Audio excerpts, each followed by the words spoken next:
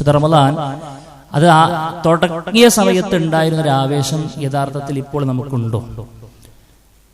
തുടക്കത്തിലൊക്കെ ഉണ്ടായിരുന്ന ആ ഒരു തറാവീഹിന്റെ സമയത്ത് ഉണ്ടായിരുന്ന തിരക്ക് ഇപ്പോൾ ഉണ്ടോ? നമുക്ക് തന്നെയും ആ ജമാഅത്ത് ഒന്നുപോലും നഷ്ടപ്പെടരുത് എന്ന ഒരു വാശിയും വീറുമൊക്കെ ഇപ്പോഴും നമുക്കുണ്ടോ എന്നുള്ളത് പ്രിയപ്പെട്ടവരെ നമ്മോടും നമ്മൾ ഓരോരുത്തരോടും ചോദിക്കേണ്ട വല്ലാത്തൊരു കാര്യമാണ്. പൊതുവെ റമദാൻ ഇങ്ങനെ കഴിഞ്ഞ് അവസാനം എത്തുമ്പോഴേക്കും പല ആളുടെയും മനസ്സിൽ നിന്നും ഇബാദത്തിന്റെ ആ ഒരു സാഹചര്യങ്ങളൊക്കെ അസ്തമിച്ച് പലപ്പോഴും ഒരു അങ്ങാടികളിലേക്ക് ഒരു പർച്ചേസിംഗ് മൈൻഡോട് കൂടെ മാറിപ്പോകുന്നതാണ് പലപ്പോഴും നമ്മൾ കണ്ടുകൊണ്ടിരിക്കുന്നത്. ഇത് വലിയൊരു ദുരന്തമാണ്. ഇത് നമ്മൾ വളരെ ഗൗരവത്തിൽ ചിന്തിക്കേണ്ട കാര്യമാണ്. കാരണം നമ്മുടെ കർമ്മങ്ങൾ അത് ഏതും അല്ലാഹു സുബ്ഹാനഹു വ തആല വിലയിരുത്തുന്നത് നമ്മൾ അവസാനത്തിൽ എങ്ങനെയാണെന്ന് നോക്കിയിട്ടാണ്. നമ്മുടെ ആയുസ് പോലും അങ്ങനെയാണ്, ഇന്നമൽ അഅ്മാലു ബിൽ ഖവാതീം എന്നാണ്.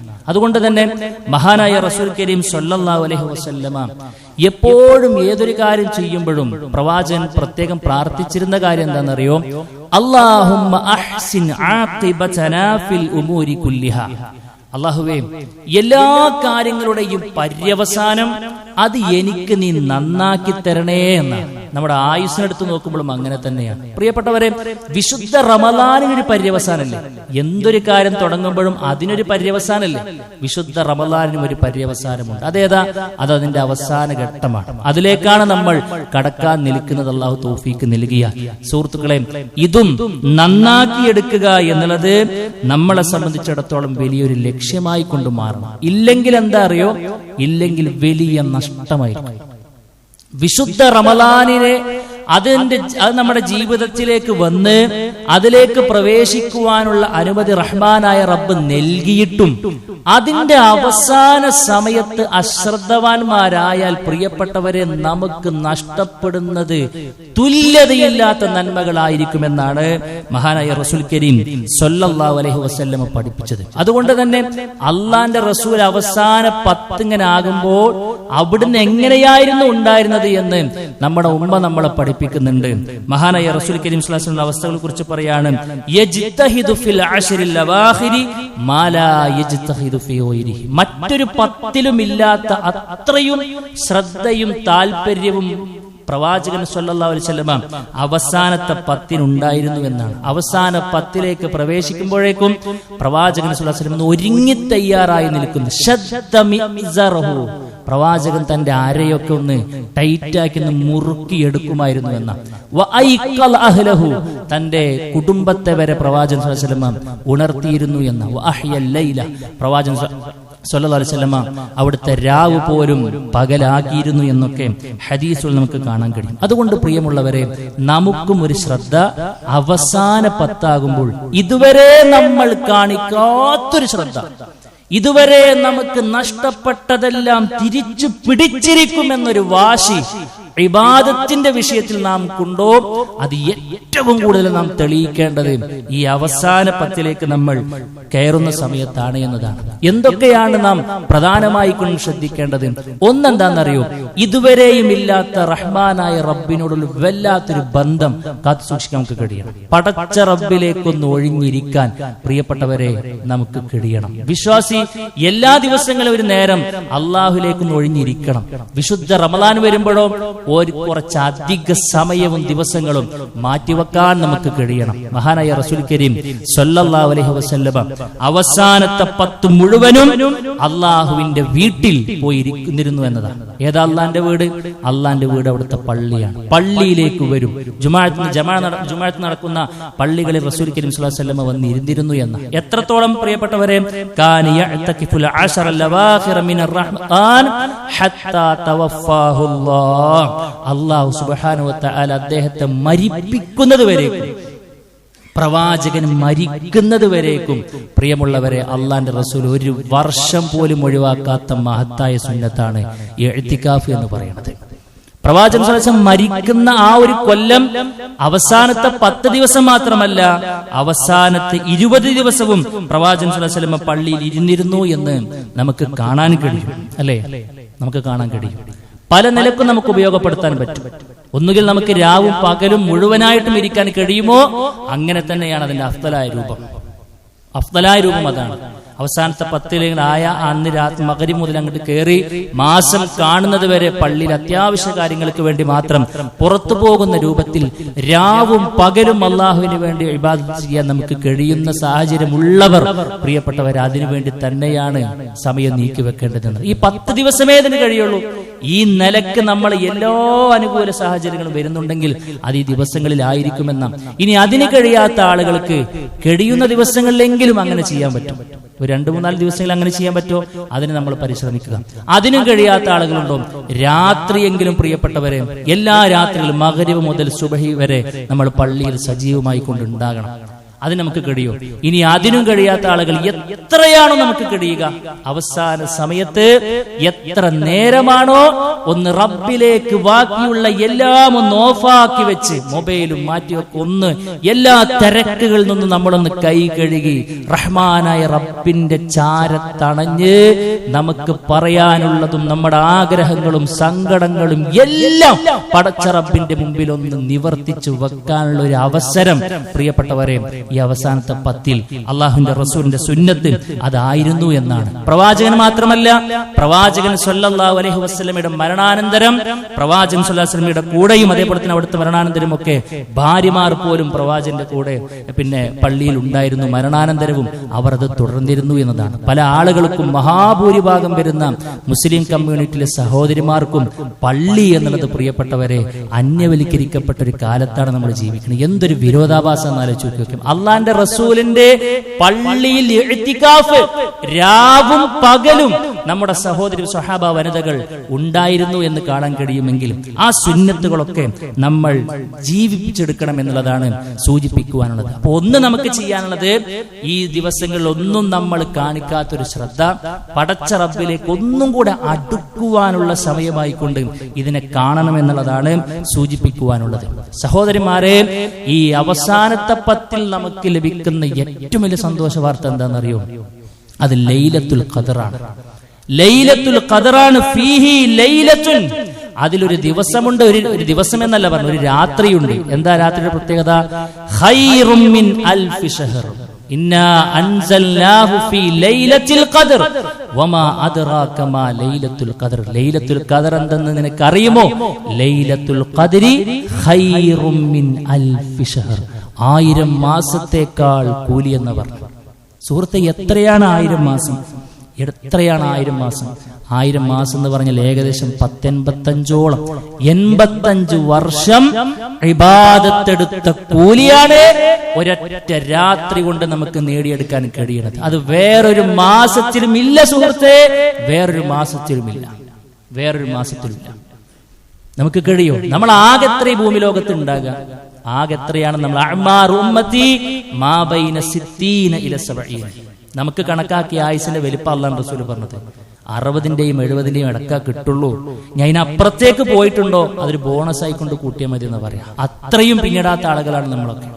അപ്പോ നമ്മുടെ മുൻകാല സമൂഹത്തിനൊക്കെ എത്രയോ വർഷങ്ങളാണ് അല്ലാഹു സുബ്ഹാനഹു വ തആല ആയുസ് നിശ്ചയിച്ചത്. അത്രയും കൊല്ലം അവർക്ക് ഇബാദത്തുകൾ പെരുപ്പിക്കുവാനുള്ള അവസരമുണ്ടായിരുന്നു. പക്ഷെ നമുക്ക് ആയുസ് കുറവാണെങ്കിലും റഹ്മാനായ റബ്ബ് ഉമ്മത്ത് മുഹമ്മദിനോട് അങ്ങേയറ്റത്തെ കരുണ ചെയ്തിരിക്കുന്നു. പ്രിയപ്പെട്ടവരെ, ചെറിയ ചെറിയ കർമ്മങ്ങൾക്ക് വലിയ വലിയ പ്രതിഫലം നൽകാൻ വേണ്ടി റഹ്മാനായ റബ്ബ് കാത്തിരിക്കുകയാണ്. അതുകൊണ്ടാണ് ഇത്രയും കൂടുതൽ കൂലിയും അല്ലാഹു സുബ്ഹാനഹു വ തആല നമുക്ക് നൽകുന്നത് എന്നുള്ളത് നമ്മൾ മനസ്സിലാക്കേണ്ടതുണ്ട്. അങ്ങനത്തെ ഒരു രാത്രിയാണ് നമ്മുടെ മുമ്പിലേക്ക് വരാനിരിക്കുന്നത്. സുഹൃത്തുക്കളെ, ഈ ഖദർ എന്ന് പറഞ്ഞാൽ എന്താ? ഖദർ എന്ന് പറഞ്ഞാൽ നിർണയം എന്നാണ് അർത്ഥം. നിർണയത്തിന്റെ രാത്രി. ആ ഒരു ദിവസം എന്തൊക്കെയാണ് നടക്കുന്നതും കൂടെ നമ്മൾ മനസ്സിലാക്കണം. ലൈലത്തുൽ ഖദറിന്റെ പോരിശ എന്താന്ന് വെച്ചാൽ ഒന്ന് നമുക്ക് പറയാൻ കഴിയണം, 1000 മാസത്തേക്കാൾ അധ്വാനിക്കുന്ന പ്രതിഫലമാണ്. അന്നത്തെ രാത്രി നമ്മൾ ചെയ്യുന്ന എന്തൊക്കെ കർമ്മങ്ങളാണോ അത് മറ്റു ദിവസങ്ങൾ ചെയ്തതിനേക്കാൾ 1000 വർഷത്തേക്കാൾ കൂലി നമുക്ക് കിട്ടാന്ന് പറഞ്ഞാൽ, ഒരു പുരുഷായുസ് മുഴുവനും ഇതുവരെ നഷ്ടപ്പെടുത്തിയ ഒരാൾക്ക് പ്രിയപ്പെട്ടവരെ തിരിച്ച് കയറാൻ ആഗ്രഹിക്കുന്നുണ്ടോ? അവനിക്ക് ശരിക്ക് 10 രാത്രികളൊന്നും ഉപയോഗപ്പെടുത്തിയാൽ അതിലേതെങ്കിലും ഒരു രാത്രി പെടുവല്ലോ ഇൻഷാ അല്ലാഹ്. ആ ഒരു രാത്രി കൊണ്ട് അവനിക്ക് എല്ലാവിധ നന്മകളും തിരിച്ചുപിടിക്കാനും ആ നഷ്ടപ്പെട്ട ആയുസ്സിനെ പിന്നെ തിരിച്ചുപിടിക്കാൻ കഴിയുമെന്നുള്ളത് വല്ലാത്തൊരു റാഹത്തായ കാര്യമാണ്. അപ്പൊ അതാണ് സംഭവിക്കുന്നത്. രണ്ടാമത്തെ കാര്യം എന്താ വെച്ചാൽ ഖദർ എന്ന് പറഞ്ഞ നിർണയമാണ്. എന്താ നിർണയിക്കുന്നത്?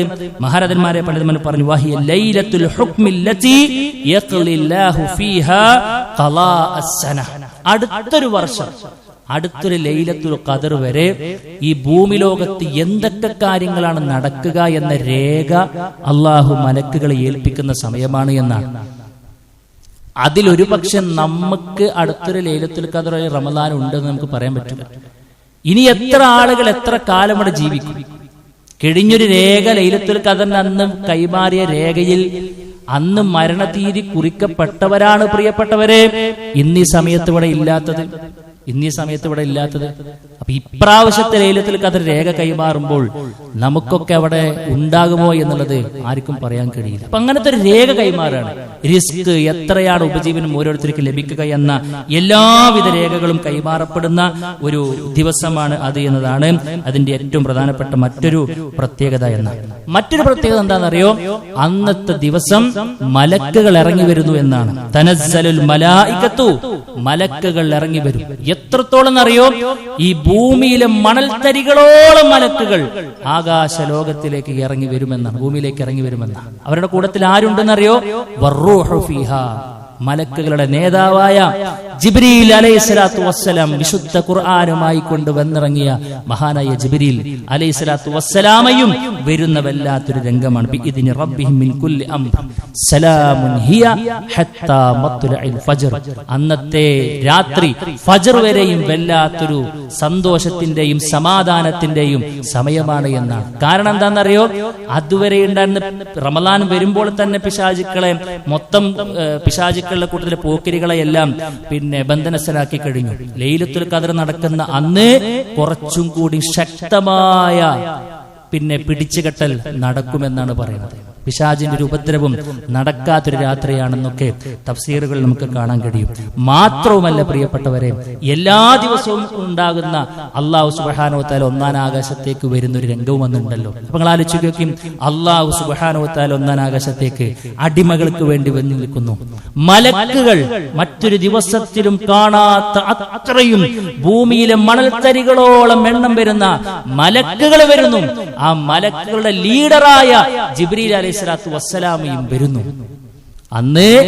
അന്നത്തെ രാത്രി മഹാഭാഗ്യവാന്മാരായ അവന്റെ ഇഷ്ടപ്പെട്ട അടിമകൾ മാത്രം ഹയാത്തിൽ നിൽക്കുന്നു, അല്ലെ?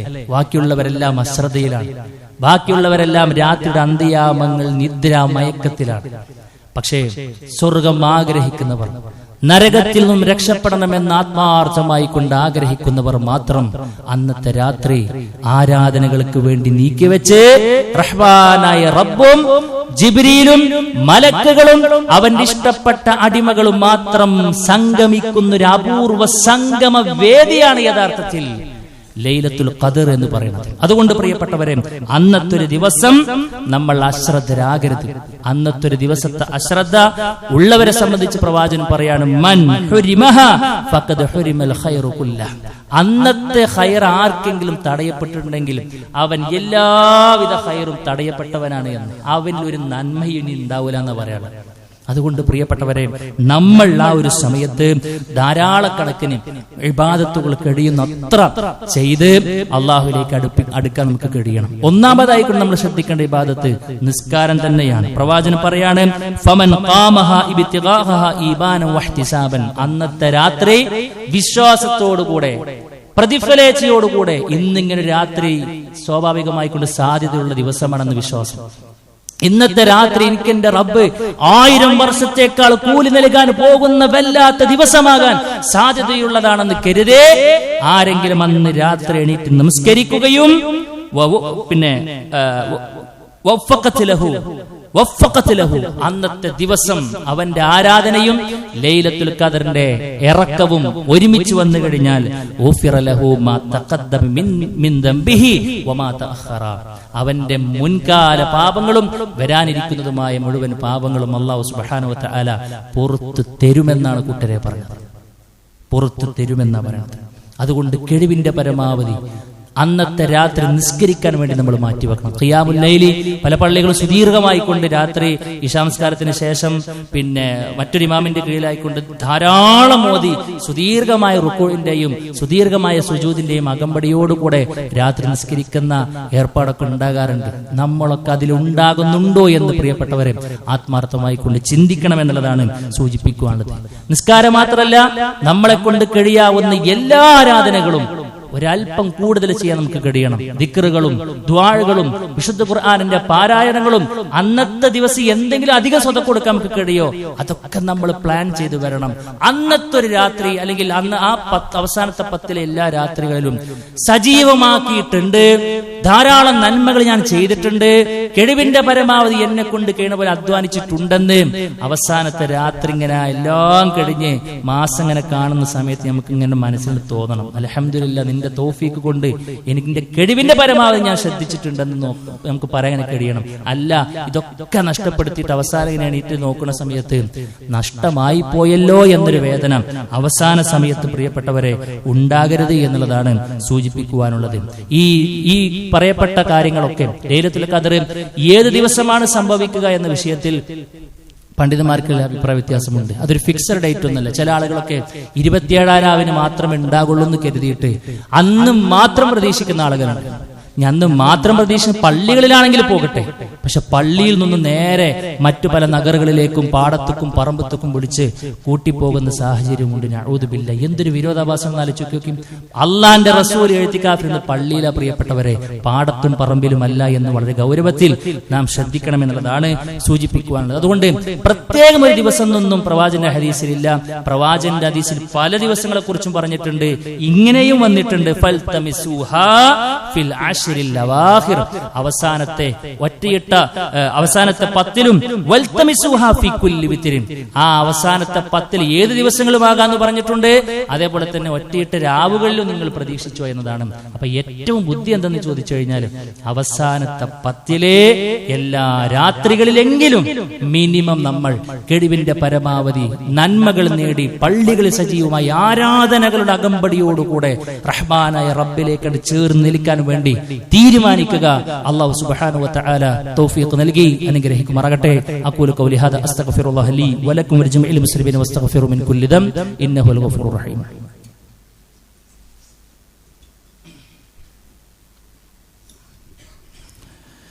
അൽഹംദുലില്ലാഹി വഹ്ദഹു വസ്സലാത്തു വസ്സലാമു അലാ മൻ ലാ നബിയ്യ ബഅദഹു. അല്ലാഹു സുബ്ഹാനഹു വ തആലയുടെ വിധികളും വിലക്കുകളും മാനിച്ചുകൊണ്ട് ജീവിക്കണമെന്ന് വീണ്ടും വീണ്ടും ഓർമ്മപ്പെടുത്തുകയാണ്. സഹോദരങ്ങളെ, നമ്മുടെ ജീവിതത്തിന്റെ ഏറ്റവും വലിയ ലക്ഷ്യമെന്ന് ചോദിച്ചാൽ ജീവിതത്തിൽ വന്നുപോയ മുഴുവൻ പാപങ്ങളും കഴുകിക്കളയുക എന്നുള്ളത് തന്നെയാണ്. പാപമോചനമാണ് നമ്മുടെ ജീവിതത്തിലെ ലക്ഷ്യം. അല്ലാഹു സുബ്ഹാനഹു വ തആല സ്വർഗത്തിന് വേണ്ടി നിങ്ങൾ പണിയെടുക്കൂ എന്ന് പറയുന്ന തൊട്ടുമുമ്പ് പറഞ്ഞൊരു കാര്യം എന്താണെന്നറിയോ? സാരിഉ ഇലാ മഗ്ഫിറത്തിൻ മിർ റബ്ബിക്കും വ ജന്നah.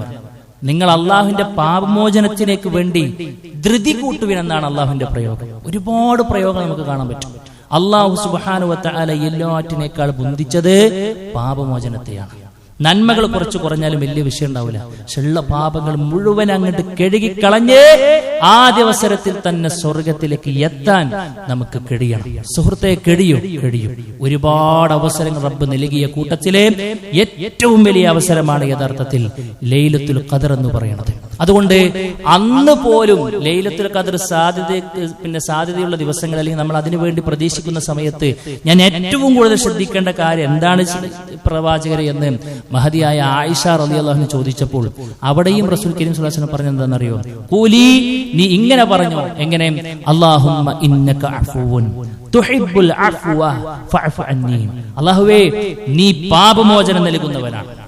നീ പാപമോചനം ചോദിക്കുന്നതിനെ അങ്ങേയറ്റം ഇഷ്ടപ്പെടുന്നവനുമാണ്. അതുകൊണ്ട് പടച്ചോനെ എനിക്ക് നീ മാപ്പ് നൽകണേ, പാപമോചനം നൽകണേ. എന്റെ ജീവിതത്തിന്റെ ഇന്നലകളിൽ വന്നുപോയ ചെറുതും വലുതുമായ മുഴുവൻ തെറ്റുകളും അല്ലാ ഒന്നുപോലും ഒഴിവാക്കാതെ എല്ലാം നീ പുറത്തു തരണേ എന്ന വിശാലമായ അർത്ഥ തലങ്ങളുള്ള ഈ പ്രാർത്ഥന പ്രിയപ്പെട്ടവരെ നമ്മൾ ഈ അവസാന രാത്രികളിലൊക്കെ പ്രത്യേകം അധികരിപ്പിക്കണം എന്നുള്ളതാണ് സൂചിപ്പിക്കാൻ. ഇസ്തിഗ്ഫാറുകളും തൗബകളുമായി സജീവമായി നമ്മുടെ പാപങ്ങളെ പൊരുത്തപ്പെടിപ്പിക്കാനുള്ള പണികൾ നമ്മൾ ബോധപൂർവം എടുക്കണമെന്നുള്ളതാണ് സൂചിപ്പിക്കുവാനുള്ളത്. സുഹൃത്തുക്കളെ, ആത്മാർത്ഥമായ തൗബ നമുക്ക് വേണം. ആ തൗബക്ക് മുമ്പിലുണ്ടല്ലോ ഒന്നും തടസ്സമില്ല. അല്ലാഹു സുബ്ഹാനഹു വ തആല വിളിച്ചു പറയാണ്, ഖുൽ യാ ഇബാദിയല്ലദീന അസ്റഫു അലാ അൻഫുസിഹിം ലാ തഖ്നതു മിൻ റഹ്മത്തില്ലാഹ്, ലാ തഖ്നതു മിൻ റഹ്മത്തില്ലാഹ്. അവിടെ അല്ലാഹു ഉപയോഗിച്ച ഓരോ പദങ്ങളും യാ ഇബാദി എന്ന് പറഞ്ഞു. അല്ലാഹ്ക്ക് നിരക്കാത്തത് ജീവിതത്തിൽ എമ്പാടും ചെയ്തു കൂട്ടിയ ആളെയും അല്ലാഹ് അഭിസംബോധന ചെയ്തത് എന്റെ അടിമകളെ എന്നാണ്. എന്റെ അടിമകളെ നീ എന്തിനാണ്, എന്റെ അടിമേ നീ എന്തിനാണ് ഇങ്ങനെ ഒരു പ്രയാസപ്പെടുന്നത്? അള്ളാഹുവിന്റെ കാരുണ്യത്തിൽ തൊട്ട് നീ ഒരിക്കലും നിരാശ വറ്റരുത് എന്ന് പറഞ്ഞു. പ്രതീക്ഷ വറ്റരുത്. നീ എന്നാണോ എന്റെ അടുത്തിലേക്ക് പാപമോചനവുമായി കൊണ്ട് വരുന്നത് അന്ന് നിന്നെ സ്വീകരിക്കാൻ ഞാൻ റെഡിയാണ് എന്നതാണ്. തൗബത്തൻ നസൂഹ എന്നാണ് വിശുദ്ധ ഖുർആനിൽ മറ്റൊരു ഭാഗത്ത് പറഞ്ഞത്. പ്രിയപ്പെട്ടവരെ, ആത്മാർത്ഥമായ തൗബയായിരിക്കണം. വന്നുപോയതിനെ കുറിച്ച് അങ്ങേയറ്റത്തെ ഖേദം നമുക്കുണ്ടാകണം. ഇനി ഒരിക്കലും ഞാൻ അതിലേക്ക് തിരിച്ചു മടങ്ങുകയില്ല റബ്ബേ എന്ന പ്രതിജ്ഞ നമുക്കുണ്ടാകണം. അങ്ങനെ നല്ലൊരു പ്രതിജ്ഞാബദ്ധ മനസ്സുമായിക്കൊണ്ട് ഈ ശിഷ്ടകാലം നമ്മുടെ ജീവിതത്തിൽ വന്നുപോയ എല്ലാ പാപങ്ങളെയും പൊരുത്തപ്പെടിപ്പിക്കാൻ നമുക്ക് കഴിയും. റഹ്മാനായ റബ്ബിനെ വിശുദ്ധ ഖുർആനിൽ പ്രത്യേകം 2 പേരുകളുണ്ട്. ഒന്ന് ഗഫൂർ എന്നാണ്, പാപമോചനവുമായി ബന്ധപ്പെട്ട്. എന്താ ഗഫൂർ എന്നറിയോ? എത്ര വലിയ പാപങ്ങളും ജീവിതത്തിൽ വന്നുപോയ എത്ര വലിയ പാപങ്ങളും അല്ലാഹു സുബ്ഹാനഹു വ തആല പുറത്തു കൊടുക്കുന്നവൻ എന്ന അർത്ഥമാണ് ഗഫൂറിനുള്ളത്. പിന്നെ റബ്ബ് പറഞ്ഞതെന്നറിയോ? ഗഫാർ എന്നാണ്. എന്താ ഗഫാർ എന്ന് പറഞ്ഞു കഴിഞ്ഞാല് ജീവിതത്തിൽ എത്രയധികം പാപങ്ങൾ വന്നു പോയിട്ടുണ്ടെങ്കിലും അതും അല്ലാഹു സുബ്ഹാനഹു വ തആല പുറത്തു തരുന്നവൻ എന്ന വിശാലമായ അർത്ഥത്തെ കുറിക്കുന്ന നാമങ്ങളുള്ളവനാണ് റഹ്മാനായ റബ്ബ്.